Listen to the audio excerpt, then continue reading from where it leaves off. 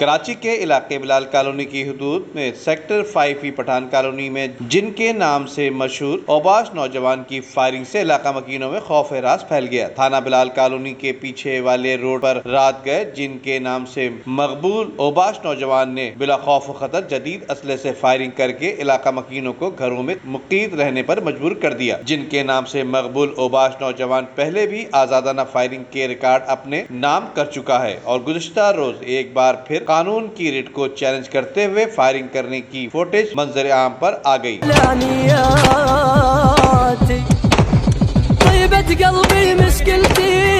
जबकि इलाका मकीनों का कहना है कि जिनके नाम से मकबूलियत हासिल करने वाला औबाश नौजवान आए रोज इलाके में जदीद असले से फायरिंग करता रहता है, जिससे किसी भी वक्त नाखुशगवार वाकया पेश आने का खदशा हो सकता है। जबकि डिस्ट्रिक्ट सेंट्रल के इलाके में SSP की हिदायत पर इस खतरनाक नौजवान को फौरी तौर पर गिरफ्तार कर लिया गया।